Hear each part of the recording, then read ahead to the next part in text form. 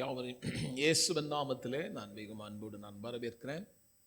கர்த்தருடைய வார்த்தை நம்மை கட்டி எழுப்புகிறது. மனுஷன் அப்பத்தினால் மட்டுமல்ல, தேவனுடைய வாயிலிருந்து புறப்படுகிற ஒவ்வொரு வார்த்தையில் நல்லா வாழ முடியும். இந்த உலகத்தை நன்றாக வாழ முடியுமா என்பது ஒரு பெரிய சேலஞ்ச். ஒரு பக்கம் பிரச்சனைகள், வேலை இல்லாத நிலை, பொருளாதாரத்தின் சரிவு, குடும்பத்திலே பல சிக்கல்கள், குழப்பங்கள், பல நெருக்கங்களை நம்ம நாள்தோறும் சந்திச்சுட்டே வரோம். அப்போ விசுவாசிகள் சபைக்கு வந்து பாட்டு பாடி, ஒரு சபை போதகர் வந்து வர ஜனங்களுக்கெல்லாம் ஜெபம் பண்ணி கவலைப்படாத எல்லாம் சரியாயிடும் அப்படின்ற மாதிரி அனுப்பி வைக்க முடியாது. அதில் சபையில் ஒரு குறைந்தது 1 மணி நேரமாவது வார்த்தையை போதிக்கிறாங்க. அப்படி போதிப்பது என்பது காலப்போக்கில் ஒரு ட்ரெடிஷன் ஆயிடுச்சு, ஒரு சம்பிரதாயம் மாதிரி ஆயிடுச்சு. அதனால் போதகர்கள் கட்டாயத்தில் தள்ளப்பட்டிருக்காங்க. கண்டிப்பாக போதிக்கணுன்ன உடனே சில பேர் கதைகள் சொல்கிறது, சில சம்பந்தம் இல்லாத சில காரியத்தை சபையில் வந்து சொல்லிகிட்டு இருக்குது. நீங்கள் சரியாக இருக்கீங்களா, சரியில்லை, அது இல்லைன்னு குற்றப்படுத்தி அவங்களுக்கு இன்னும் கொஞ்சம் பயத்தை கொடுத்து வேதனையை இன்னும் கொஞ்சம் ஆக்ரிவேட் பண்ணி அனுப்பிடுறோம். ஆனால் அந்த நோக்கம் அதல்ல. கண்டிப்பாக இந்த உலகத்தில் உங்களுடைய சூழ்நிலைகள் சாதகமாக இருக்காது. ஆனால் இந்த உலகத்தில் நமக்கு எதிர்ப்புகள் இருக்கலாம், போராட்டம் இருக்கலாம். எப்படி நாம் இதையெல்லாம் கடந்து நன்றாக வாழ்வது என்பதை குறித்து வேதத்தில் நிறைய பிரின்சிபல், பிரமாணங்கள் சொல்லப்பட்டிருக்கிறது. அதனால தான் இயேசுநாதர் அவர் சொல்றாரு, சத்தியத்தை அறிவீர்கள், சத்தியம் உங்களை. அப்போது நம்மளை எது விடுதலையாக்கும் பார்த்தீங்கன்னா, சில பேர் சத்தியம் விடுதலை ஆக்கணும், பைபிள் விடுதலை ஆக்கணும்னு நினச்சிட்டாங்க. இல்லை, சத்தியம், அதாவது வேத வசனத்தை குறித்த அறிவு தான் உங்களை விடுதலையாக்கும். சத்தியத்தை அறிவீர்கள், அறிந்து கொண்ட சத்தியம் உங்களை விடுதலையாக்கும். அப்போ அந்த அறிவு ரொம்ப முக்கியமானது. ஆகவே தான் அதற்கான ஒரு குவாலிட்டி டைம் நம்ம ஒதுக்குகிறோம். கர்த்தர் நம்மோடு கூட பேசுகிற தேவன். ஆகவே இப்பொழுது நாம் கர்த்தரை நோக்கி ஜெபிப்போம். அன்பின் பிதாவே, இயேசுவின் நாமத்தில் நாங்கள் உமக்கு நன்றி செலுத்துகிறோம். நீர் எங்களோடு பேசுகிற தேவன். ஒவ்வொருடைய வாழ்க்கையிலும் இன்றைக்கு கேட்கிற செய்தி ஒரு பெரிய திருப்பத்தை ஏற்படுத்தட்டும். இயேசுவின் நாமத்தில் பிதாவே. நல்ல கைகளை தட்டி நாம் தேவனை துதிப்போம். வாழ்க்கையே ஒரு பிரயாணம் போல இருக்குது. அந்த பிரயாணத்தில் நம்முடைய எப்படி நாம் இதிலிருந்து ஒரு நிலையிலிருந்து இன்னொரு நிலைக்கு போகணும். பிரயாணம்னு சொன்னால் இட்ஸ் அ கண்டினியூஸ் ஜேர்னி. ஒரு காரியத்திலேருந்து அது போயிட்டு இருக்கிறது. நீங்கள்லாம் பஸ்ஸில் போயிருக்கீங்க, ட்ரெயினில் போயிருப்பீங்க. அந்த பிரயாணம்னா அது ஒரே இடத்துல இருக்காது. அந்த வண்டி மூவ் ஆகிட்டே போகும். சில பேருடைய வாழ்க்கை முன்னேறதே கிடையாது பாருங்க. அது ஒரே இடத்துல யார்டில் தள்ளின மாதிரி. இந்த ரயில்வே ஸ்டேஷனில் பார்த்தீங்கன்னா, அந்த ஸ்டேஷனுக்கு முன்னாடி ஒரு யார்டு இருக்கும். அங்கே அந்த ஓரமாக பார்த்தீங்கன்னா ஒரு டெட் எண்டு இருக்கும். அதில் வந்து வண்டி சும்மாவே நின்றுட்டுருக்காது. ஓடுற வண்டி இல்லை, அது நிற்கிற வண்டி. எனக்கு அன்பானவர்களே, என்னுடைய வாழ்க்கை ஒரு பிரயாணம். தொடர்ந்து நீங்கள் போக வேண்டிய உங்கள் தூரம் வெகு தூரம். ஆனால் நீங்கள் முன்னே போகாதபடி பல காரணங்கள் உங்களை தடுத்து நிறுத்துகிறது. வேதத்தில் சில காரியத்தை நாம் விளங்கிக் கொள்ளும்படி நான் பலமுறை சொல்லியிருக்கிறேன். பல காரியங்கள் ஒரு டிராமா மாதிரி, ஒரு படக்காட்சியை மாதிரி சில சம்பவங்கள் பதிவு செய்யப்பட்டிருக்கிறது.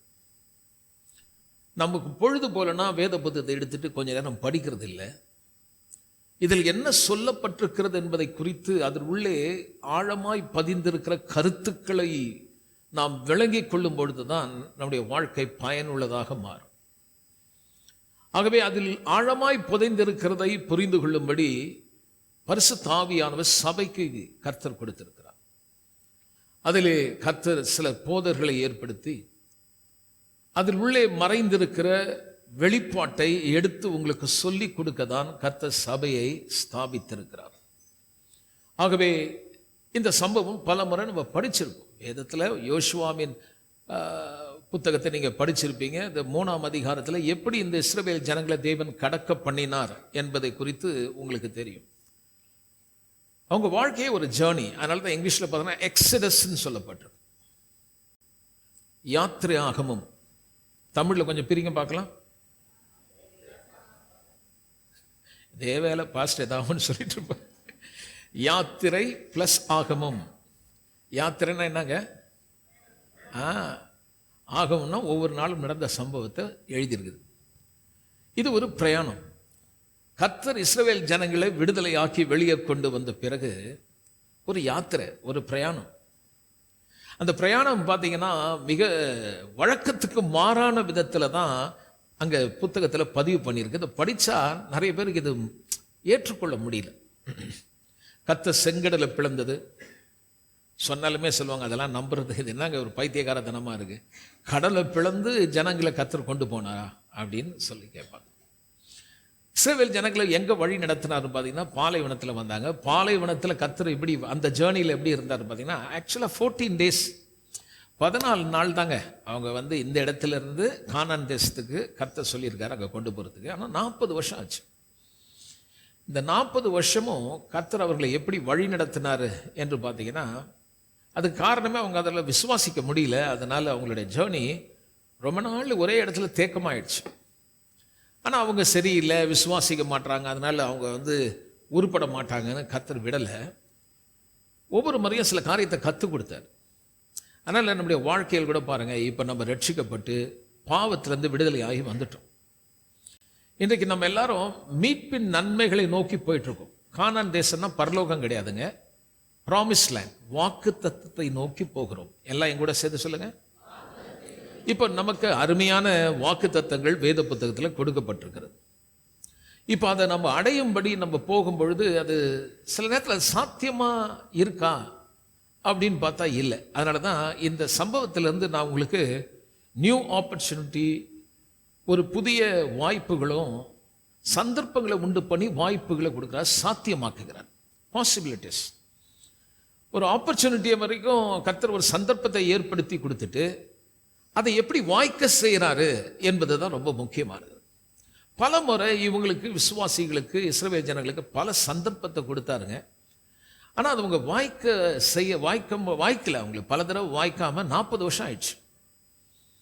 இன்றைக்கு 24வது வருஷத்துக்கு வந்துட்டோம்.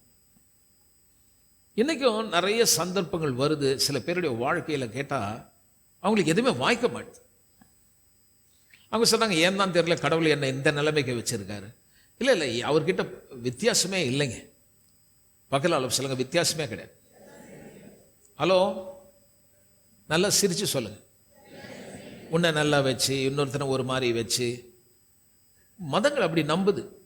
ஒவ்வொருத்தரும் ஒரு மாதிரி இருக்கிற உடனே அவங்க என்ன சொல்கிறாங்கன்னா, நீ பிறந்த நாள் உன் கிரகம் சரியில்லைம்மா, அதனால் இந்த கிரகம் இந்த கிரகத்து பக்கத்தில் இருக்குது, அதனால் பிரச்சனைகள் இருக்குன்னு சொல்லி இப்படி ஒரு கண்டுபிடிப்பு.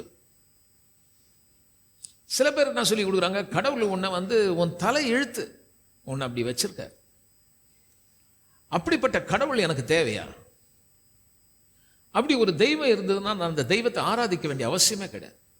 எனக்கு ஒரு நிலைமையும் உனக்கு ஒரு நிலைமையும் உன் தலையில் எழுதி வச்சுட்டு நீ இப்படி தான் இருப்ப அப்படின்னு முன்னாடியே எழுதி வச்சுட்டாருன்னா, அப்போ ஒருத்தன் ஏழையா, ஒருத்தன் பணக்காரனா, ஒருத்தன் நல்லவனா, ஒருத்தனை கெட்டவனா இருக்கிறதுக்கு காரணம் என்ன கேட்டால் அவன் தலையெழுத்து அப்படின்றான். ஏங்க இவ்வளோ கொடூரமாக இருக்கான், ஆண்டவன் அனுப்பும் போதே தலையில் எழுதி அமைச்சிட்டான். இப்படி பல ஃபிலாசபி, பல தத்துவங்கள் இருக்கு. என் அருமையான பிள்ளைகளை கவனிங்க, இந்த உலகத்தில் எத்தனையோ பேர்கிட்ட நம்ம பழகிருக்கோம். ஆனால் இவர்கிட்ட நீங்கள் பழகிப்பார் அந்த ரிலேஷன்ஷிப். கர்த்தர் அதுக்கு தான் மனுஷனை தன்னோடு கூட அழைக்கிறார். உனக்கு யாரோ தப்பாக என்னை பற்றி சொல்லியிருக்காங்க, ஆனால் இந்த வேதத்தை நீங்கள் படித்து பார்த்தீங்கன்னா ஆரம்பம் முதற்கொண்டு முடிய வரைக்கும் எங்கே படித்தாலும் சுற்றி வரும் கர்த்தர் நல்லவர் என்பது. அதனால் ஒரு பெரிய நம்பிக்கைங்க, ஒரு பெரிய ஹோப். ஒருவேளை உங்களை குறித்து என்ன சொன்னாங்கன்னு தெரியாது, ஒரு இத்தனை வருஷமாக ஆகிப்போச்சு, என் வாழ்க்கையில் எதுவுமே வாய்க்கலைன்னு சொன்னால், இந்த வருஷம் நிறைய காரியங்கள் உங்களால் அந்த வாய்ப்புகளை நீங்கள் பயன்படுத்திக்க முடியும். கண்டிப்பாக அது உங்களால் ஆகும், உங்களுக்கு அது நடக்கும், சாத்தியமாகும்.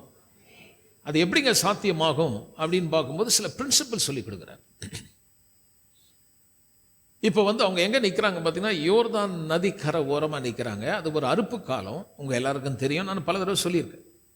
அதில் வேதத்தில் ரெக்கார்ட் பண்ணியிருக்கு, பதிவு பண்ணியிருக்கு. பயங்கரமான வெள்ளம், கரை புரண்டு ஓடுது. பொதுவாகவே நதி கரை புரண்டு ரொம்ப வேகமாக போச்சுன்னா அரசாங்கம் என்ன பண்ணுதுன்னா, வழக்கமாக அந்த கரையோரம் வந்து நிற்கிற ஜனங்களை வரக்கூடாதுன்னு சொல்லி அங்கே வந்து ஒரு ப்ரொடெக்ஷன் கொடுக்குறாங்க. ஏன்னா அது போனால் ஒன்று சாவடிச்சு இழுத்துட்டு போயிடும். இப்போ கர்த்தர் அங்கே உட்கார வைக்க 3 நாள் அவங்க உட்காந்துருக்காங்க. இப்போ அவங்க ஜேர்னி என்னன்னா கிராஸ் ஓவர் டைம், இங்கிருந்து அங்கே கடந்து போகணும். இன்றைக்கு உங்கள் வாழ்க்கையில் சில பிரச்சனைகள் ரொம்ப பயங்கரமாக இருக்கலாங்க. துர்ச்செய்தி வரலாம், வியாதியை குறித்து, பிள்ளைகளை குறித்து, உன் ஆவிக்குரிய வாழ்க்கையில் முன்னேற முடியாதபடி பிசாசின் போராட்டங்கள், எதிர்ப்புகள். நீங்கள் நினைக்கலாம், ஒருவேளை நான் கால் வச்சு அது இழுத்துட்டு போயிடுமா, என்னால் இதை கடந்து போக முடியுமா அப்படின்னு பார்த்து சில பேர் பயந்து தயங்கி இருக்கக்கூடிய இடத்துல இருந்துடுறாங்க. அவங்க என்ன நினைக்கிறாங்க, சரி இத்தனை வருஷம் பழகிட்டோம், நடக்கிறது நடக்கட்டும், நம்ம அப்படியே இருந்துருவோம் அப்படின்னு சொல்லி ஒரு தேக்கமான நிலையில இருந்துடுறாங்க.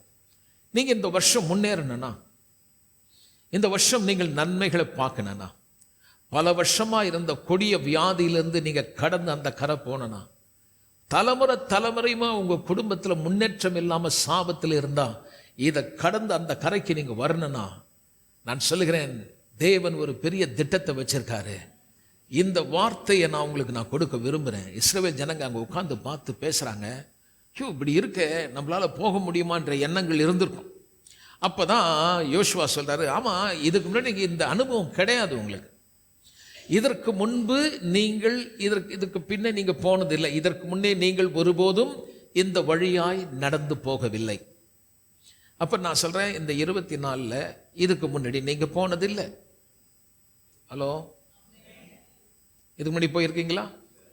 நாளைக்கு என்ன நடக்குன்றது நமக்கு தெரியாது, ஏன்னா நம்ம போனதில்லை, நமக்கு அந்த அனுபவம் இல்லை. என்ன நடக்கும் நமக்கு தெரியாது. என்ன அமைதி ஆயிட்டீங்க? அதனால தாங்க நாங்கள் பேசாமல் உட்காந்துருக்கோம். என்ன நடக்குதோ நடக்கட்டும், கடவுள் விட்ட வழி அப்படின்னு உட்காந்துருக்கக்கூடாது. என்ன நடக்கும் அப்படின்னா நம்ம ஆளுங்க சும்மா இருக்க மாட்டான். ஆளுக்கு ஏதாவது ஒன்று சொல்லிக்கிட்டே இருப்பான். ஏன் அவன் சொல்கிறவனுக்கு என்னன்னா, அவனுக்கு அவன் வீட்டில் என்ன நடக்க போகுதுன்னு தெரியாது. ஊரில் இருக்கிறவங்களுக்கெல்லாம் இது நடக்க போகுதுன்னு சொல்லிட்டு இருக்காங்க. திடீர்னு பார்த்தா அவங்க வீட்டில் ஒரு புள்ள செத்துருது, அந்த ஆளே செத்துடுறான். அதாவது we are living unpredictable world. எந்த மனுஷனும் நாளைக்கு என்ன நடக்குன்னு எனக்கும் தெரியாது, உங்களுக்கும் தெரியாது. ஆனால் என்ன நடக்குன்னு தெரியாதனால பேந்த அப்படியே முழிஞ்சிட்டு இல்லாமல் எப்படி சூழ்நிலைகளை ஜெயிக்கிறது என்பதை குறித்து கர்த்தர் சொல்லி கொடுக்குறேன். நீங்கள் போனதில்லை, ஆனால் இப்போ ஒரு புது எக்ஸ்பீரியன்ஸ். இன்றைக்கு உனக்கு முன்பாய் நிற்கக்கூடிய ஒரு புதிய சவால்கள், புதிய அசைன்மெண்ட், புதிய வேலை. ஒருவேளை உன்னுடைய அழைப்பு ஊழியத்திற்கென்று கர்த்தர் அழைத்திருந்தால், இதுக்கு முன்னாடி எனக்கு இந்த எக்ஸ்பீரியன்ஸே இல்லை, அதனால தான் நல்ல பேர் ஊழியத்துக்கு கூட வர்றதில்லை. கர்த்தர் வந்து பலமாக பேசினா கூட வர்றதில்லை. அவங்க என்ன நினைக்கிறாங்க, எனக்கு அந்த அனுபவம் இல்லையே. பிரியமானவர்களே கவனிங்க, ஒரு சேஞ்ச், மாற்றங்கள் மனுஷனுக்கு வரும்போதெல்லாம் அதை அக்செப்ட் பண்ணுறது இல்லை. அவங்க பயப்படுறாங்க. இது எனக்கு தெரிஞ்சது இது தாங்க, இதுக்கு மேலே எனக்கு தெரியாது, நான் இங்கே இருந்துறேன். இல்லை பிரியமானவர்களே கவனிங்க, கற்றுக்கொள்ள வேண்டிய காரியங்கள் ஏராளம் உண்டு. நீங்கள் தேக்கமான நிலையில் இல்லாதபடி இந்த காலையில் சொல்கிறேன், உங்களை அழைத்த தேவன் உண்மையுள்ளவர். கண்டிப்பா இந்த காரியத்தை செய்யும்படி கர்த்தர் உன்னை கொண்டு வந்து நிறுத்தியிருக்கார் பாருங்க, அதை உங்களால் கண்டிப்பா செய்ய முடியும்.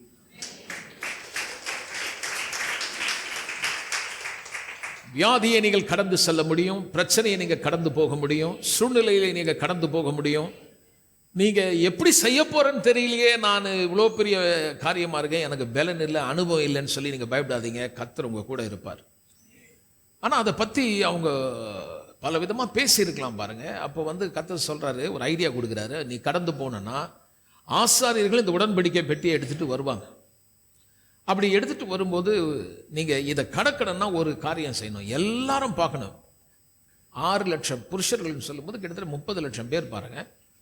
அப்போ யோசுவா சொல்கிறாரு, யாராவது ஒருத்தர் உன்னை கொண்டு போய் ஹெல்ப் பண்ணி உன்னை கொண்டு போக போகிறதில்ல, நீ கடந்து போகணும்னா ஒவ்வொரு தனிப்பட்ட விதத்தில் அந்த உடன்படிக்கை பெட்டியை நீங்கள் பார்க்கணும்.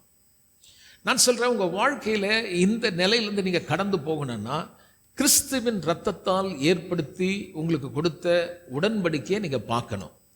அப்படி இல்லைன்னா தனிப்பட்ட விதத்தில் உங்களுக்கு அந்த கல்வாரி சிலுவையில் இயேசு செய்து முடித்ததை நீங்கள் பார்க்கணும்.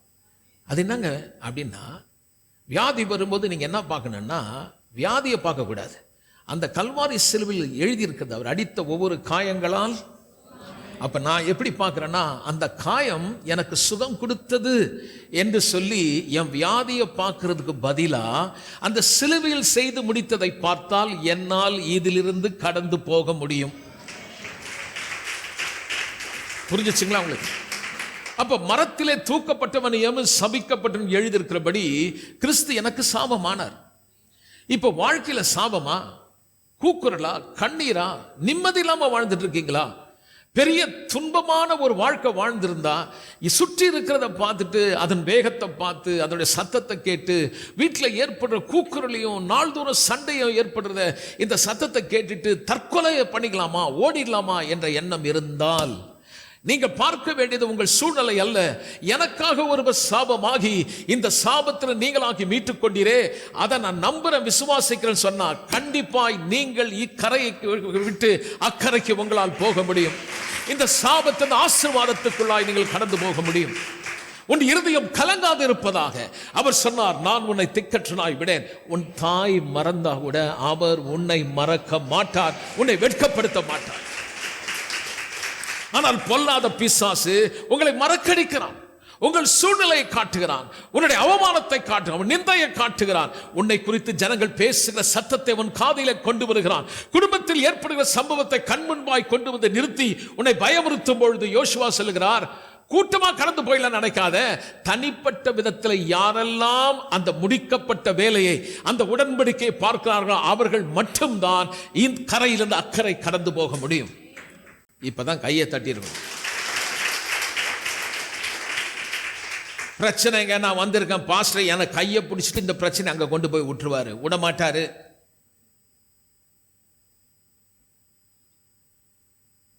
நல்ல ஜெபம் பண்ற ஒரு அக்கா இருக்காங்க, அவங்க கிட்ட போய் சொல்லிட்டேன்னா அக்கா ஜெபம் பண்ணி அக்கறைக்கு கொண்டு போயிடுவாங்க, அவங்கள மூழ்கிடுவாங்க. என்ன வம்பா போச்சே. நான் ஒன்று சொல்றேன் பாருங்க, தேவனுக்கும் உங்களுக்கு நடுவே மத்தியஸ்தர் வேற யாருமே கிடையாது. திரும்ப சொல்றேன், உங்களுக்கும் தேவனுக்கும் நடுவில் நிற்கிறதுக்கு, மத்தியில் நிற்கிறதுக்கு ஒரு மனுஷனும் கிடையாது. இயேசுவை அல்லாமல் வேறே மத்தியஸ்தன் இல்லை. நான் வந்து நடுவில் நின்று இருமா, நீ கவலைப்படாத, இன்னும் அழாத, என்னை பிடிச்சிக்கோ, நான் கொண்டு போய் விட்டுருவேன்னா கர்த்தர் சொல்ல, உனக்கு எவ்வளோ திமிரு இருக்கும்னு கேட்குறாரு. நீ மத்தியஸ்தனா? நீ அவளுக்காக மறித்தியா? நீ அவளுக்காக ரத்தம் சிந்தினியா? அப்போ என்னுடைய வேலை என்ன? கர்த்தர் சொல்ல, என்னை காட்டு, அவங்களுக்கு என்னை பற்றி சொல்லு, நான் ஜெபம் பண்ணிடுவேன், நான் பண்ணிடுவேன். உன்னை பற்றி காட்டாத, உன் ஊழியத்தை காட்டாத, உன் வரத்தை காட்டாத, உனக்காக சிலுவையில் ரத்தம் சிந்தி மறித்த என்ன என் ஜனங்களுக்கு சொல்லு. சபையே சொல்லுகிறேன், ரட்சிக்கப்பட வேறே நாமம் கொடுக்கப்படவில்லை, இயேசுவின் நாமம் அல்லாமல் வேறே நாமம் இல்லை. அப்ப நமக்கு எந்த வேலையும் இல்லையா? இருக்கு, ஒரு வேலை இருக்கு, அவரை பத்தி சொல்லணும்,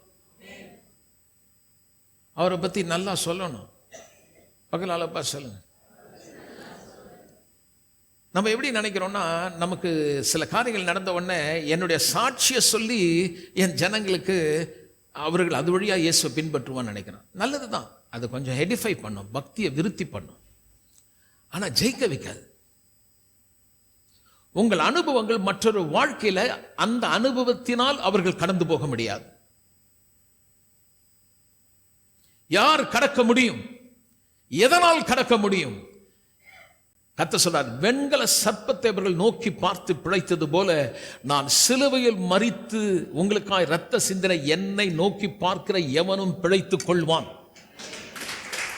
So there is a great responsibility. ஒரு பெரிய பொறுப்பு சபை மக்களுக்கு கொடுக்கப்பட்டிருக்கிறது.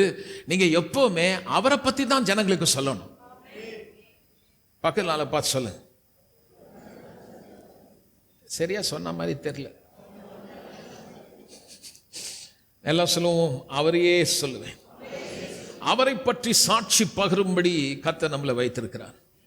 அப்போ சந்தர்ப்பங்களை கர்த்தர் கொடுக்கிறாரு. கொடுக்கும்போது அதுக்கான சாத்தியங்கள் உண்டு. Impossibility is nothing with God. தேவனால் கூடாத காரியம் ஒன்றுமில்லை. எல்லாம் சொல்லுங்க. இப்போ உங்களுக்கு ஆப்பர்ச்சுனிட்டி வருது, கர்த்தர் உங்களுக்கு சொல்றாரு, பயப்படாத, இந்த வியாதியிலேருந்து கடந்து போவ, பரவாயில்ல. நமக்கு ஒரு அழைப்பு கொடுத்தார், ஒரு ஆமேன்னு சொல்லுவோமே. எனக்கு ஒரு சந்தர்ப்பம் வந்திருக்கு. பிரச்சனை வரும்போதெல்லாம் நம்ம எப்படி நினைக்கணும்னா, நமக்கு ஒரு சந்தர்ப்பம் வந்திருக்குது. டெஸ்ட் வரும்போதெல்லாம் என்ன சொல்லணும், நமக்கு போராட்டம் வந்துருச்சு. போராட்டம் போராட்டம். Change your world. ஒரு ஆப்பர்ச்சுனிட்டி வந்திருக்கு. நம்ம ஆளுக்கு பிடிச்சது அந்த மாதிரி பேசினா அவங்களுக்கு பிடிச்சிடும். போராட்டமே பிரதர், போராட்டமே போராட்டம், நாள்தோறும் போராட்டம், இரவு முழுவதும் கண்ணீர், காலையில் எழுந்திருக்கும் பொழுதும் கண்ணீர், நடந்து போகும்போதெல்லாம் என் உள்ளம் உடைந்து போகிற. கேட்கும் போதும் நீ அழ, நான் அழ, நான் அழ, நீ அழ, எல்லாம் அழுதுட்டு என்ன எப்படியா இருந்தது, அப்படியே உள்ளமே உருகி போச்சுக்கா. அவர் பேச பேச என் உள்ளெல்லாம் அப்படியே உருகி போய், உருகின உள்ளம் நல்ல ஸ்ட்ராங் ஆச்சா, திடம் மனதாச்சா. ஒவ்வொரு நாளும் சபை மக்களை தொட்டிலில் போட்டு ஆட்டிட்டு இருக்கக்கூடாது. 22 வயசாயிடுச்சு ஒரு பையனை யானை கட்டி அதில் போட்டுட்டு ஒரு ஃபீடிங் பாட்டில் வாயில் வச்சனா பார்க்குறவன் என்ன நினைப்பான், படுத்துருக்கிறவன் என்ன நினைப்பாங்க. ஒவ்வொரு முறையும் சபைக்கு வந்து கண்ணீரை துடைப்பார், உன்னை தேற்றுவார், தாய் போல என்னையா வளரல, என்ன நீ முதிர்ச்சி அடையலையா, தேறினவர்கள் ஆகணுமா. பவுல் நிருபத்தில் எழுதுறாரு, சபை மக்கள் தேறினவர்களாய். எல்லாம் சொல்லுங்க. பெருமையா சொல்றது, 20 வருஷம் கர்த்தருக்குள்ள இருக்கிறேன், 40 வருஷமா நான் இருக்கேன். இருக்கு, ரைட்டு. பிரச்சனை எப்படி சந்திக்கிறேன், நிற்க முடியுதா? பிரச்சனை எப்படி பார்க்குறீங்க? ஒரு சில பேர் பிரச்சனையை பிசாசே நேரம் நிற்கிற மாதிரி பார்க்குறாங்க. சில பேர் பிரச்சனையை மந்திர சக்தியாக பார்க்குறாங்க. சில பேர் பிரச்சனையை அவங்க புருஷனை பார்க்குறாங்க. சில பேர் பிரச்சனையை அவங்க வீட்டில் இருக்கிற பிள்ளைகளை பிரச்சனையாக பார்க்குறாங்க, சூழ்நிலையை பார்க்குறாங்க. ஆனால் பிரச்சனையை சந்தர்ப்பமாக பார்க்குறோமா? சந்தர்ப்பமாக பார்க்குறோமா? It is your opportunity. உங்களுக்கு ஒரு சந்தர்ப்பம் வந்திருக்கு, ஒரு டெஸ்ட்டு. அப்போ நான் போன வாரம் முடிக்கும்போது சொன்னேன், டெஸ்ட்டுனா எல்லாருக்கும் தனியாக தனிப்பட்ட விதத்தில் எக்ஸாம் எழுதணும். உன்னுடைய டீச்சர் தான் சொல்லி கொடுத்துருக்காங்க. இப்போது ஒருவேளை நீங்கள் மேக்ஸ் டீச்சராக இருக்கீங்க, இல்லை நீங்கள் தமிழ் டீச்சராக இருக்கலாம், இல்லை ஹிஸ்ட்ரி டீச்சராக இருக்கலாம், ஏதோ ஒரு டீச்சர். ஆனால் அன்றைக்கி பார்த்தீங்கன்னா உன் கிளாஸ் டீச்சரு, உன்னுடைய கிளாஸ் பசங்க அன்றைக்கி ஹிஸ்ட்ரி எக்ஸாம், நீங்கள் தான் அங்கே பார்த்துக்கணும் கிளாஸை. இன்னும் பசங்களுக்கு உள்ள சந்தோஷம், சொல்லி கொடுத்த டீச்சரே வந்திருக்கிறா. போய் கேட்டு பாருங்களேன், சொல்கிறாங்களே பாருங்கள். இவ்வளோ நாளாக கற்றுன்னு கற்றுச்சு, இன்றைக்கி இந்த கொஸ்டின் பேப்பரை கையில் கொடுத்த டீச்சர், எனக்கு சந்தேகம் இருக்குது, ஏவா பியா டிக்கு போடணும் சிஸ்டர், சூஸ் பண்ணணும். அது ஒரு பார்வை ஒன்று பார்ப்பாங்க பாருங்கள். ஏன் இந்த டீச்சர் இவ்வளோ கோபமாக இருக்குது, இவ்வளோ நாள் சொல்லி கொடுத்த ஏன் இந்த சொல்ல மாட்டாங்க. இது உன்னுடைய டெஸ்ட். யாரோ உனக்கு எதுவும் சொல்லாம தனியா மாட்டி சிக்கினா நீ டெஸ்ட்ல இருக்கன்னு அர்த்தம்.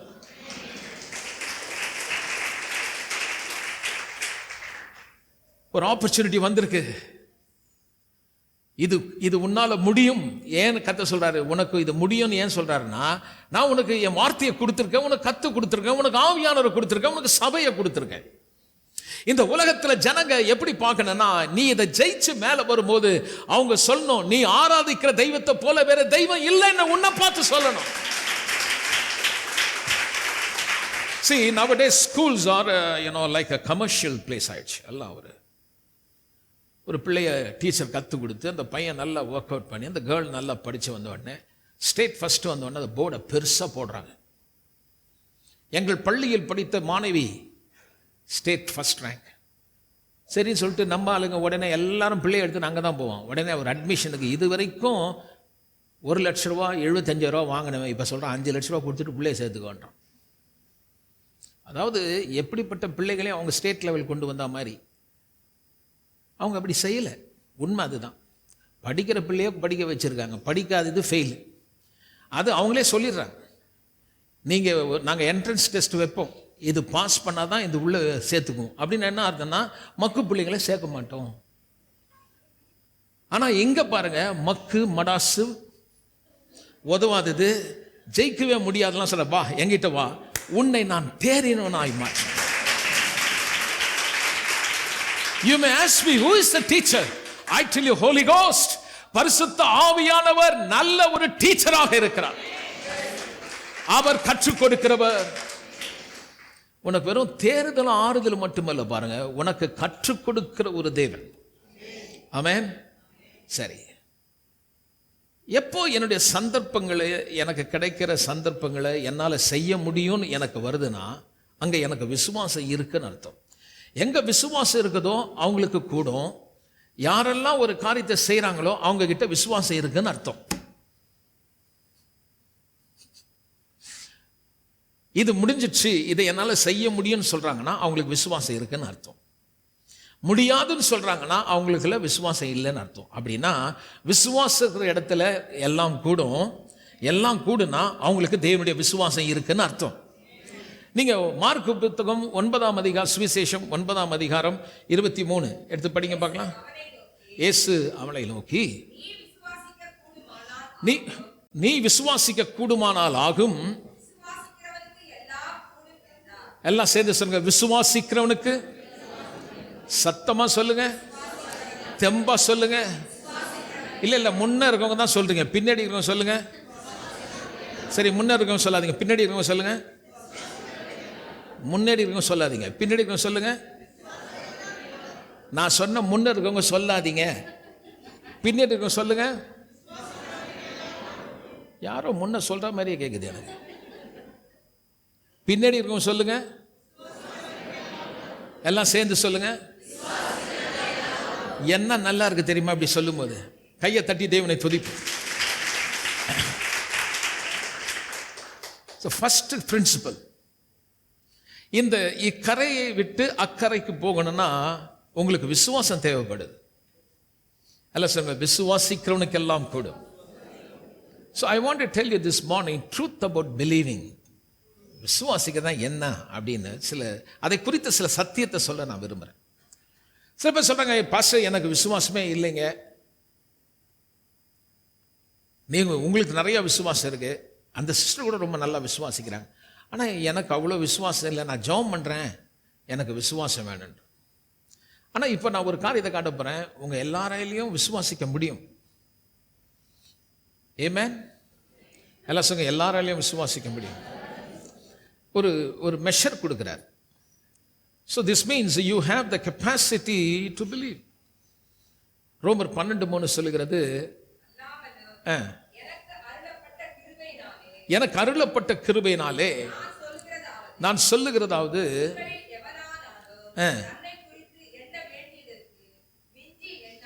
சரி, போன வாரம் அது சொன்ன உங்களுக்கு ஞாபகம் இருக்கா? ஓவரா யோசிக்கிறது. இந்த விசுவாசத்துக்கும் எண்ணங்களுக்கும் தொடர்பு இருக்குது. விசுவாசத்திலே தெளிந்த எண்ணம் உள்ளவர்களாக இருங்கள் வேதம் சொல்லுது. இப்போ எண்ணங்கள் தெளிவாக இருக்கணும்னா முதல்ல யோசிக்கிறத மாற்றணும். பக்கத்தில் ஆளை பார்த்து சொல்லுங்க, ஓவரா அளவுக்கு மிஞ்சி யோசிக்கிறதுக்கு மிஞ்சி யோசிக்கிறது. செத்துருவேன், இந்த குடும்பம் நடுத்தருக்கு வந்துடும், கொஞ்சம் பிள்ளைங்க ஒரு மாதிரி இருந்தனா அது பார்த்து அது வேற மாதிரி யோசிக்குது, அவ்வளோதான், போச்சு, ஃபினிஷ்ட். நம்ம அப்படி யோசிக்கக்கூடாது. வியாபாரம் சரிஞ்சிருச்சுன்னா உடனே யோசிக்கிறது, அவ்வளோதான், போச்சுங்க, உடனே எல்லாரோட சேர்ந்துக்கிறது. எனக்கு இந்த போன வருஷம் நிறைய கேட்ட செய்தி என்னன்னா, என் பிஸ்னஸ் சரியில்லை, கொரோனா வந்ததுலேருந்து கொரோனா கொரோனா கொரோனா கொரோனா அது போயிடுச்சு. ஆனால் நம்ம ஆளுங்க சொன்னாங்க பாருங்க, என்னப்பா அப்படி இருக்கீங்க, கொரோனா வந்ததுலேருந்தே சரியில்லைங்க, கொரோனா வந்ததுலேருந்தே பணம் புழக்கம் இல்லைங்க, கொரோனா வந்ததுலேருந்தே எனக்கு கூட இப்போ உடம்பு கொஞ்சம் பழைய மாதிரி இல்லைங்க, எது கேட்டாலும் கொரோனா.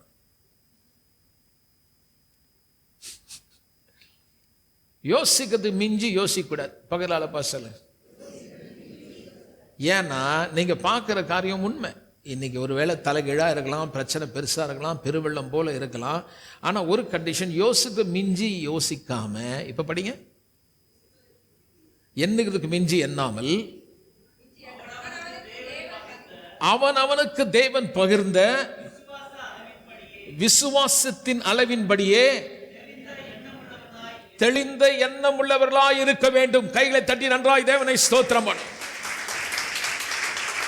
விசுவாசத்தின் அளவின்படியே உங்கள் எண்ணங்கள் தெளிந்த எண்ணமாய் இருக்க வேண்டும். பயமான எண்ணங்கள் நீங்கணும், கவலையான எண்ணங்கள் மாறணும். எண்ணங்களுக்கு மிஞ்சி யோசி ஐயோ என்னால முடியாது என்ற எண்ணங்களை விட்டுட்டு தேவன் அவனுக்கு விசுவாச அளவு கொடுத்திருக்கிறார்.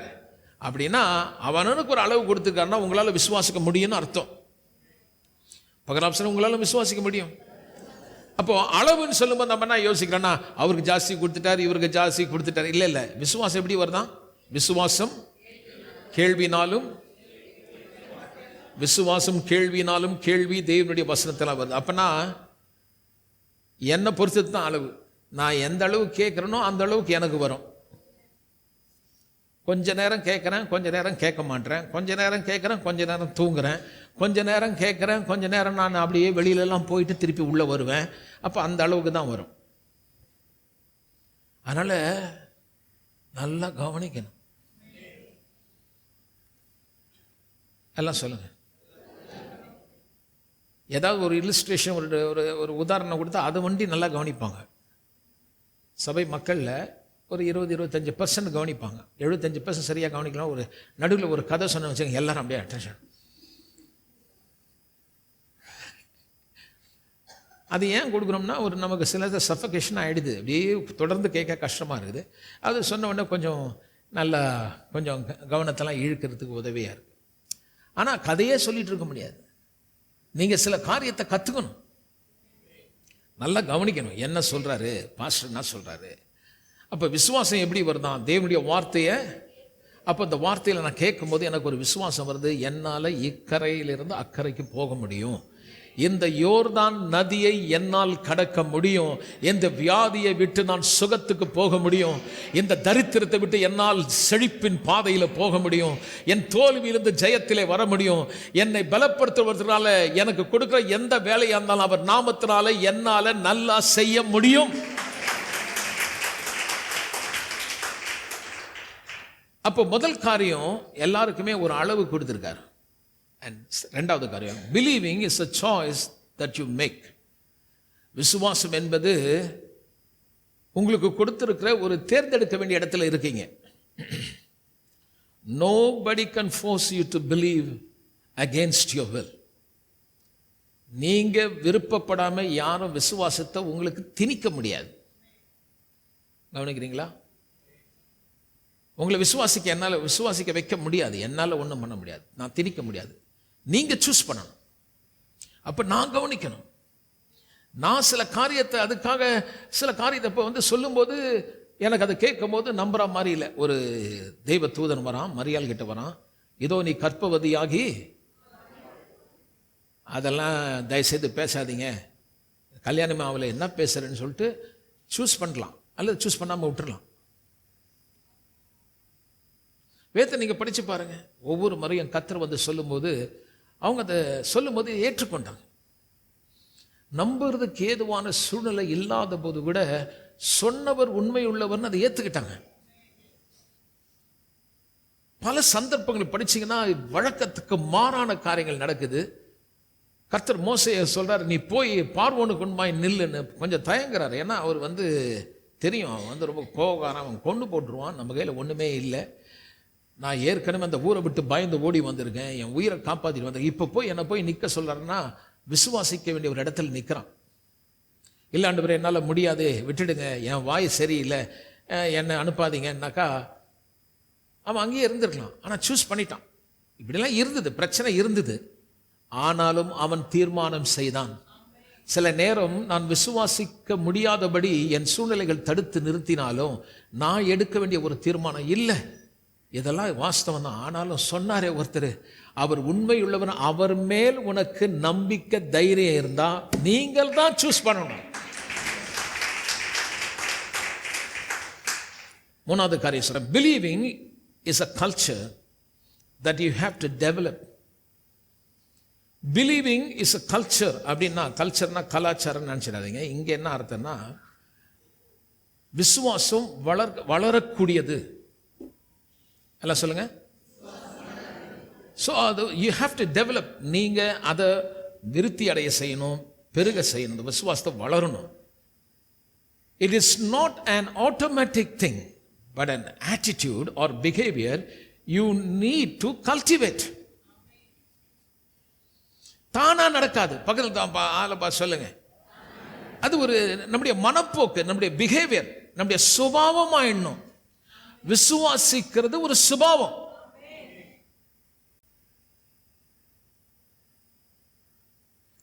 சபை மக்களில் சில பேருக்கு இது இது மாதிரிலாம் பேசும்போது அவங்களுக்கு என்ன நினைக்கிறாங்கன்னா, ஐயோ வந்தோமா கோயிலில் வந்தோமா ஜெபம் பண்ணி விட்டாருன்னா நல்லா இருக்கும். இது நல்லா கவனிங்க. இந்த மாதிரி நீங்கள் வேணால் எங்கே வேணால் போங்க, ஜெபம் பண்ணி விடுவாங்க.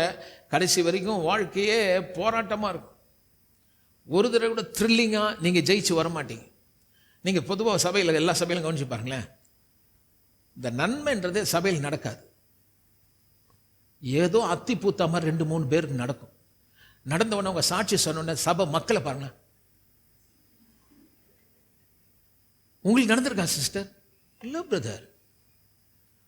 1000 பேர் இருக்கிறான், 2000 பேர் இருக்கிறான், அதில் 5 பேருக்கு நடந்தாலுமே பெரிய விஷயம். அப்போ அவங்க என்ன நினைக்கிறாங்கன்னா, எல்லாருக்கும் வராது.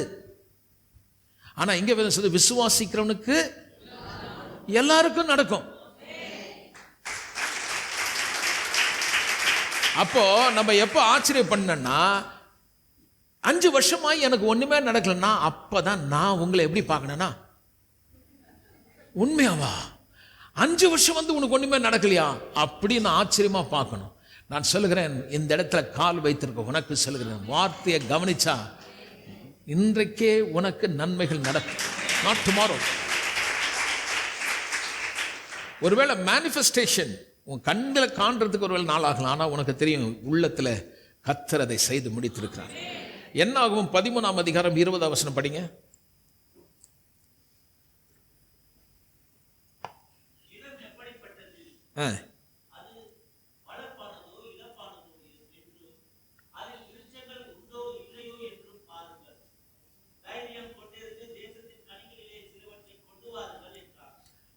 கர்த்தர் அனுப்புறாரு, நீங்க போய் பாருங்க இந்த தேசம் எப்படிப்பட்டது. ஆனா அவங்க போயிட்டு அவங்கள ஆட்டிடியூட் எப்படி இருந்ததுன்னு பார்த்தீங்கன்னா, அவங்களோட பிஹேவியர் எப்படி இருந்தது?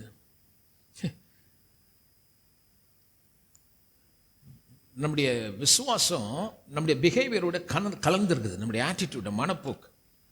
அவங்க பார்த்ததை அப்படியே சொன்னாங்க.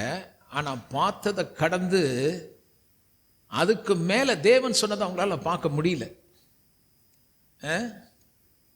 ஹலோ, விசுவாசத்தில் காணப்படுவதை அல்ல, எல்லாம் சொல்லுங்க, காணப்படாதவைகளை நோக்கி இருக்கிற எனக்கு அதிசீக்கிரத்தில் நீங்கும்.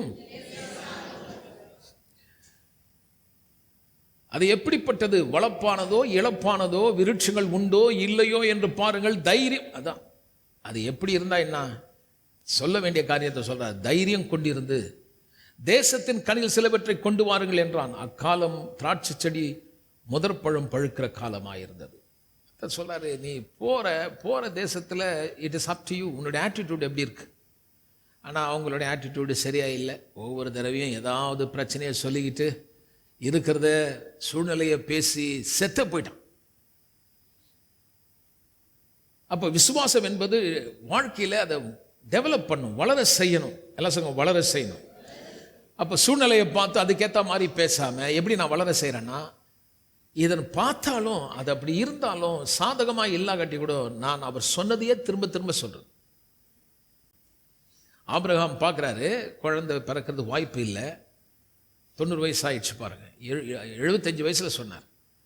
ஆனால் அவன் ஒரு தீர்மானம் பண்ணிட்டான், இனிமேல் பார்க்குறத பேசிகிட்டு இருந்தால் உருப்படாது, அதனால் நம்ம வேறொரு காரியத்தை பேசணும். சொன்னவர் உண்மை உள்ளவர்னு பேச ஆரம்பிச்சிட்டான்.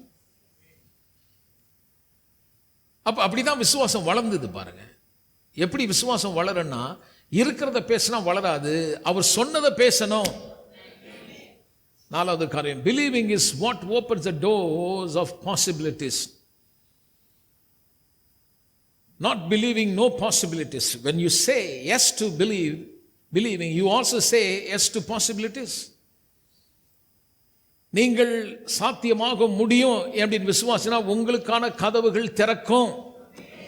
வெண்கல கதவு மாதிரி இருந்தா கூட கர்த்தர் உங்களுக்கான கதவை கண்டிப்பாய் திறப்பார். உங்களால முடியும்னா கண்டிப்பா அது முடியும். என்னால் முடியும்னு சொன்னால் அங்கே விசுவாசம் இருக்கு. இல்லைங்க முடியாதுங்க, அது வராதுன்னா அங்கே விசுவாசம் இல்லைன்னு அர்த்தம். உனக்கு சுகம் வருமா தெரியலைங்க, அப்ப நான் விசுவாசம் இல்லைன்னு அர்த்தம். சுகம் வருமா கண்டிப்பா வரும்னு சொன்னா அங்க விசுவாசம் இருக்குன்னு அர்த்தம். பிரச்சனை இருக்கு, அதன் மத்தியில் நீங்க எப்படி பேசுறீங்க? இல்லைங்க இது இருந்தாலும் எனக்கு தெரியும் என் தேவன் இதை எல்லாவற்றிலும் வெற்றி கொடுப்பார்னு எனக்கு தெரியும், இதை நான் பொருட்டா நினைக்கல. சொன்ன ஒரு தேவன் இருக்கிறாரு, அவர் பொய்யே சொல்லாதவர் அப்படின்னா நீங்க விசுவாசிக்கிறீங்கன்னு அர்த்தம். ஒவ்வொரு முறையும் உங்க வார்த்தை விசுவாசத்தை வெளிப்படுத்துகிறது. ஆமென், அல்லேலூயா. அதனால மார்க் 9:23 சொல்ற, விசுவாசிக்கிறவனுக்கு குவாலிட்டி ஆஃப் கிரேட் ஃபெய்த். விசுவாசம், பெரிய விசுவாசம். எல்லாம் சொல்லுங்க, திரும்ப சேர்ந்து சொல்லுங்க. மெதுவா வர மாதிரி இருக்குது. பெரிய விசுவாசம், மெகா ஃபெய்த், மிகப்பெரிய விசுவாசம். எத்தனை பேருக்கு மிகப்பெரிய விசுவாசம் வேணும்? நான் நினைக்கிறேன் இப்போ டைம் இருக்குன்னு நினைக்கிறேன், பார்க்கலாம் என்ன டைம். ஏன்னா இதை எடுத்தனா கண்டிப்பாக எனக்கு முழுசாக முடிக்க முடியாது. இதை கண்டிப்பாக உங்களுக்கு ரொம்ப விலாவரியாக சொல்லணும்னு நான் நினைக்கிறேன். மிகப்பெரிய விசுவாசம் எல்லாம் சொல்லுவோம். சரி, இங்கே நீங்கள் பார்த்தீங்கன்னா ஒரு சம்பவம் இருக்குது, வீட்டில் போய் படிங்க. மத்தேயு 15ஆம் அதிகாரம் 28வது வசனத்தில் ஒரு ஸ்திரீ, அவளை பற்றி சொல்றாரு, உன் ஸ்திரீயே உன் விசுவாசம் பெரியது. அந்த ஸ்திரீ யாருன்னு பார்த்தா கானானிய ஸ்திரீங்க. அவள் உடன்படிக்கை பெற்றவள் அல்ல. ஆனால் அவளுடைய விசுவாசத்தை கர்த்தர் ரொம்ப பெருசாக பார்த்தார். எந்த விதத்திலையும் அவளுக்கு பெற்றுக்கொள்றதுக்கான வாய்ப்பே இல்லாத மாதிரி இருக்கு. Even Christ himself denying her not to heal his daughter. அவரே அவளுடைய குமாரத்திக்கு சுகத்தை கொடுக்க மாட்டேன்ற மாதிரி பேசுறதை நீங்க பார்க்க முடியும். In spite of all that, என்ன இருந்தாலும் விடாம, persistent, உறுதியா, விட்டு கொடுக்காம எப்படி பேசினா, இது ஒரு பெரிய ஒரு அருமையான ஒரு பாடம் நான் காட்ட போறேன். இது கொஞ்சம் படிக்கும்போது கொஞ்சம் டிஃபிகல்ட்டான போர்ஷன் புரிந்து கொள்றதுக்கு. இதை மாதிரி இயேசுநாதர் எங்கேயுமே பிஹேவ் பண்ணது கிடையாது. இந்த சுவிசேஷத்தை படிச்சிங்கன்னா அவர் இந்த மாதிரி பேசுறதே கிடையாது. But you want to teach to the disciple. சில காரியத்தை கற்றுக் கொடுக்கறதுக்கு சில வழக்கத்துக்கு மாறான காரியத்தை செய்திருக்கார். நீங்கள் விசுவாசத்தை குறித்து நீங்கள் பார்த்தீங்கன்னா பேசுகிறத பற்றி கற்றுக் கொடுக்கும்போது கூட ஒரு மரத்தாண்ட போய் நின்று பழம் இருக்கான்னு பார்க்குறாரு. அது சீசன் இல்லை, பழம் கொடுக்க வேண்டிய காலம் இல்லை, ஆனால் வேணுமிட்டு அங்கே போய் நிற்கிறாரு. நின்று இந்த மரத்தை வேற சபிச்சிட்டார். நிறைய பேர் சொல்கிறாங்க, பாரு மரத்தையே சபிச்சிட்டார். அது என்னப்பா அநியாயமா, மரத்தை இப்படி பண்ணலாமா? இல்லை, you want to teach something. So I going to show you. அடுத்த வாரம் உங்களுக்கு காட்ட போகிறேன் மிகப்பெரிய விசுவாசம். எல்லாம் சொல்லுங்கள், எத்தனை பேர் கற்றுக்கணும்னு விரும்புகிறீங்க? வந்துருங்க அடுத்த வாரம். பக்கத்தால் பார்த்து சொல்லுங்கள். இது சீரியஸில் அப்படியே தொடர்ந்து போயிட்டே இருக்கும். நீங்கள்லாம் வார்த்தையை கேட்டு வாழ்க்கையில் எப்படியெல்லாம் பிரயோஜனமாக முடியும் என்பதை நான் காட்ட போகிறேன். சில இடத்துல நமக்கு எல்லாமே அடைக்கப்பட்ட மாதிரி இருக்கும் பாருங்கள். உங்கள் மனசு சொல்லும், கர்த்தர் உனக்கு கொடுக்க மாட்டார், கர்த்தர் உன் மேலே பிரியமா இல்லை, யூ ஆர் நாட் worthy, உனக்கு தகுதி கிடையாது என்ற மாதிரி எண்ணங்கள் வரும்போது இந்த செய்திங்க இதில் இருக்கக்கூடிய அந்த கான்டெக்ஸ்டில் இருக்கக்கூடியதை, இதில் கண்டென்ட், இதில் என்ன இருக்குதோ அதை எடுத்து நான் சொல்லி காட்ட போகிறேன். உங்களுக்கு ஒரு பெரிய தைரியம் வர்றது மட்டும் இல்லை, நான் நம்புகிறேங்க இந்த வருஷம் உங்கள் விசுவாசம் கண்டிப்பாக பெருகும். நாம் எழுந்து நின்று கர்த்தரை துதிப்போம். கர்த்தர் மிகவும் நல்லவன்.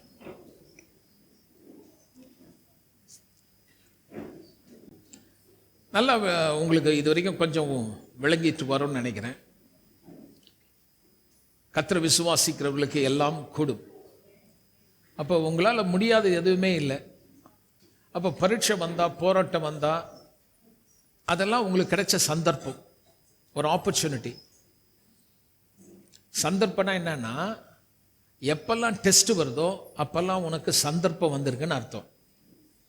எத்தனை பேர் இப்போ பரீட்சை பார்க்கப்படுறீங்கன்னு தெரியல. சில சூழ்நிலைகள் வந்திருக்கும், சில பிரச்சனைகள் வந்திருக்கலாம். உங்களுக்கு ஒரு நல்ல சந்தர்ப்பம் கிடச்சிருக்கு. நிறைய பிரசங்கம் கேட்டிருக்கீங்க. இப்போ உங்களுக்கு டெஸ்ட்டு. பாஸ்டர் நல்ல வேலை பாஸ்டர், எனக்கு எந்த பிரச்சனையும் இல்லைன்னா கவலைப்படாதீங்க, மார்ச் மாதத்துக்குள்ளே வந்தாலும் வரும். சில பேர் சொல்கிறாங்க இங்கே வாங்க எல்லாம் சரியாயிடும், நான் ஜெபம் பண்ணி அந்த மாதிரிலாம் சரியாகாது. எல்லாருக்கும் டெஸ்ட் இருக்குது. பக்கத்தில் அல்பா சொல்லுங்க, இன்னைக்கு இல்லைன்னா நாளைக்கு வரும். நாளைக்கு டெஸ்ட்டு வரும்போது நீ கவனிக்கலைன்னா கண்டிப்பாக ஃபெயில் ஆகிடுவீங்க. பரவாயில்ல, திரும்பவும் ரீஅப்பியர் ஆவீங்க. சாவுற வரைக்கும் உனக்கு டெஸ்ட் மேலே டெஸ்ட் வந்துக்கிட்டே இருக்கும். ஆனால் கர்த்தர் என்ன விரும்புகிறாருன்னா, ஒவ்வொரு டெஸ்ட்டை நீ ஜெயிச்சு இந்த பிரயாணத்தில் கீழே இருக்கிற நீ மேலே வரணும். எதுவுமே இலவசமாக கொடுக்குறதில்ல பாருங்கள். ரட்சிப்பு இலவசம், நீதி இலவசம். ஆனால் வாழ்க்கையில் நீங்கள் முன்ன போனோன்னா அது இலவசம் கிடையாது, அது நீங்கள் செய்யணும். ஒன்றும் செய்யாமல் அப்படியே உட்காந்துட்டு ஆண்டவரே தோத்துறோம் தோத்துறோம் தோத்துறோம் தோத்துறோம், ரத்தம் செய்யும், என் வீட்டில் இருக்கிற கடனெல்லாம் மாற்றுங்க, மாறாது. நீ இன்னைக்கெல்லாம் கதறி அழுதா கூட உன் கடன் மாறாது. நீ செய்ய வேண்டிய பகுதின்னு ஒன்று இருக்குது. படிக்கிற பிள்ளைங்க கவனி, ரத்தம் செய்யும், அல்லேலூயா ஸ்தோத்திரம்பா, இந்த வருஷம் எனக்கு நல்ல மார்க் கொடுத்து எங்கள் ஸ்கூலில் நான் நல்ல மார்க் வாங்கினாண்டு. படிக்கிறியா? படிக்காமல் வராது. ஆண்டவரே ஸ்தோத்திரமப்பா, நாளை காலையில் எனக்கு கை காலெலாம் விட்டு போச்சு, தேவ தூதர் அனுப்பி 2 இட்லி செய்யறதுக்கு ஆள் அனுப்புப்பா, வராது. நீங்கள் செய்ய வேண்டிய பகுதி ஒன்று இருக்கு. அந்த செய்ய வேண்டிய பகுதியில் தான் challenge. Because it is your involvement. நீங்கள் செய்யணும். தனியா, தனி மனுஷனா, ஒத்த மனுஷியா நீ செய்ய வேண்டிய நேரம் வரும். எல்லாரும் பிரிஞ்சிருப்பாங்க, நீ மட்டும் நின்றுட்டு இருப்ப.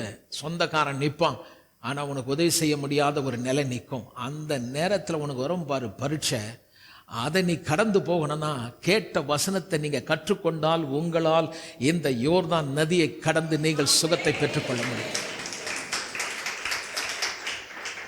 Sickness may come and strike your body.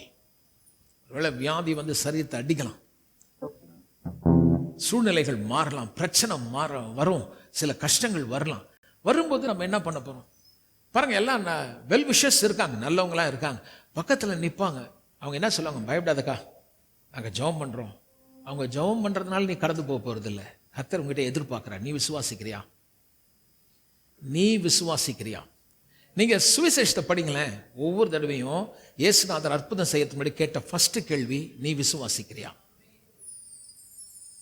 அப்புறம் அவருக்கு அற்புதம் பெற்ற உடனே அவர் சொன்ன வார்த்தை நீங்க கவனிச்சு பாருங்க, உன் விசுவாசம் உன்னை ரட்சித்தது.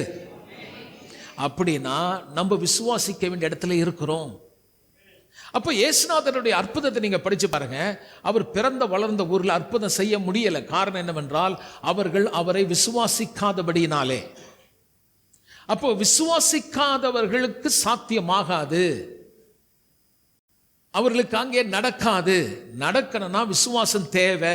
விசுவாசம் தேவைன்னா தனிப்பட்ட விதத்தில் ஒவ்வொருவரும் இயேசு செய்து முடித்ததை கண்டிப்பா உத்து பார்க்கணும், நல்லா கேட்கணும். அப்போ ஆவியானவர் உனக்கு ஒரு வெளிப்பாடு கொடுப்பார். அந்த வெளிப்பாடு தான் உனக்கு வெற்றியை கொடுக்கும். உங்களை மாதிரி நான் ஒரு சாதாரண மனுஷன். அம்மா நல்லா கவனிங்க, நான் ஜெபம் பண்ணி என் கையில் ஏதோ ஒரு வல்லமை மாதிரி வந்து எல்லார் மேலே கை வைக்கிறவெல்லாம் சுகம் பெற்றுட்டானா எவ்வளோ நல்லா இருக்கும் இல்லை? சூப்பராக இருக்கும். நீங்கள் வருவீங்க, உங்களுக்கு ஒன்றும் இல்லை, உங்கள் வேலையை பார்த்து பண்ணிவிட்டு கோயிலில் வந்து நான் ஜெபம் பண்ணி எல்லாம் மந்திரிச்சு விட்டு எல்லாம் சரியாயிட்டா சூப்பராக தான் இருக்கும். ஆனால் நீங்கள் எப்படி பார்ப்பீங்க? என்ன நீங்கள் என்ன சொல்லுவீங்க தெரியுமா? எங்களுக்கு இயேசுநாதரே தெரியாதியா, அவர் தான் இயேசுநாதர். கண்டிப்பாக நான் நரகத்துக்கு தான் போகணும். கர்த்தர் கேட்பாரு, பூமியில் என்னை அறிவாயான்னு என்ன கேட்பாரு. நான் சொல்லுவேன், நல்லா ஆண்டவர், என்ன ஆண்டவர் எப்படி கேட்டீங்க? உங்கள் பேரில் நான் தீர்க்க தரிசனம் சொல்லியிருக்கேன், உங்கள் பேரில் நான் பிசாசை தேர்த்திருக்கேன், உங்கள் பேரில் அதை பண்ணியிருக்கேன், எனக்கு ஒன்று தெரியாதேன்றார். என் ஜனங்களுக்கு என்னை பற்றி சொல்லி கொடுக்காம உன்னுடைய ஊழியத்தில் உன்னுடைய வரங்களை கொண்டு வந்து நிறுத்தி நீ ஏதோ ஜபித்து இந்த உலகத்தில் போராடி வாங்கி வந்து இந்த ஜனங்களுக்கு கொடுத்த மாதிரி காட்டுறியே, நீ நாயகனா நான் நாயகனா? நான் சொல்ல, இயேசுவே நாயகன், இயேசுவே உன் மணவாளன், இயேசுவே உன் துணையாளர், இயேசுவே உன் இரட்சகர், இயேசுவே உனக்காய் மரித்தவர், இயேசுவே வழி, இயேசுவே சத்தியம், இயேசுவே ஜீவன். அவரை நம்புகிற நீ வெட்கப்பட்டு போக மாட்டாய் மகளே. என் உள்ளம் ஆசை எல்லாம், என் விருப்பம் எல்லாம் நீர் அவரை புரிந்து கொள்ள வேண்டும். அவரை நீ ஆராதிக்கணும். அவரை நீ உறுதியா பிடிச்சுக்கிட்டா, நான் சொல்றேன், அவர் உன்னை வாழ வைக்கிற தெய்வம். எந்த ஊழியக்காரனும் ஒரு நாள் இந்த பூமியை விட்டு போனோம், ஆனா உன்னோடு கூட இருக்கிறவர் நீ சாவுற வரைக்கும் கூட இருப்பார். உன் கூட இருக்கிற கணவனாகட்டும் மனைவியாருக்கும் ஒரு நாள் கண்டிப்பா அவங்களுக்கு மரணம் வரும். ஆனா உன்னோடு கூட நீ சாவுற வரைக்கும் இருக்கிறவர் என் இயேசு மட்டும்தான், என் இயேசு மட்டும்தான். அவரை பத்தி சரியா தெரிஞ்சுக்காம நம்ம ஆட்டிடியூடே மாறலைங்க, நம்முடைய பிஹேவியர் மாற மாட்டுது. Believing is nothing but is showing your attitude and your behavior. It's a culture. வளரணும். You need to develop. அப்ப எப்ப நான் வளர்றேன்? In the time of test. நேரம் வரும் பொழுது, சோதிக்கப்படும் பொழுது, என் விசுவாசம் பரீட்சிக்கப்படும் பொழுது, வலதுபுறம் இடதுபுறம் சாயாமல் 1008 பிரச்சனைகள், மனதிலே அழுத்தங்கள், சரீரத்திலே வேதனை, பணக்குறைவு, இதன் மத்தியிலே மனுஷர்களை குற்றப்படுத்தி பேசுறதை விட்டுட்டு என் தளர்ந்த கையை உயர்த்தி என்னை அழைத்தவர் ஒருவர் இருக்கிறீர், என் நம்பிக்கை நீர்தானே சொல்லி அவரையே உறுதியாய் பற்றி கொள்வாயானால் நான் சொல்கிறேன், முன்னால் கடந்து போக முடியும். முன்னால் கடந்து போக முடியும். கரங்களை உயர்த்தி கர்த்தரை நாம் ஆராதிப்போம். வானத்தையும் பூமியை உண்டாக்கின கர்த்தாவே, எங்கள் கண்கள் உம்மை நோக்கி இருக்கிறது. நாங்கள் முழு இருதயத்தோட தைரியத்தோட சொல்லுகிறோம், எங்களை அழைத்தவர் உண்மை உள்ளவர். தனிமையான நேரம் வரும்பொழுது, கடினமான சூழ்நிலை வரும்பொழுது, ஆண்டவரே நாங்கள் கலங்கி நிற்காதபடி நாங்கள் உண்மையே பார்க்க இன்றைக்கு கற்றுக் கொடுத்தீரே, ஸ்தோத்திரம்.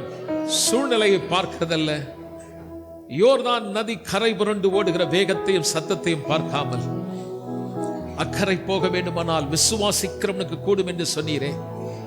ஒரு மனுஷன் முடியும் என்று சொன்னால் அவன் கண்டிப்பாய் விசுவாசம் உள்ளவனாய் இருக்கிறான் என்பதை அதை காட்டுகிறது. ஆகவே அதிலே வளர, அதிலே வேரூன்ற எங்களுக்கு நீ உதவி செய்யும். இயேசுவின் நாமத்தில் பிதாவே.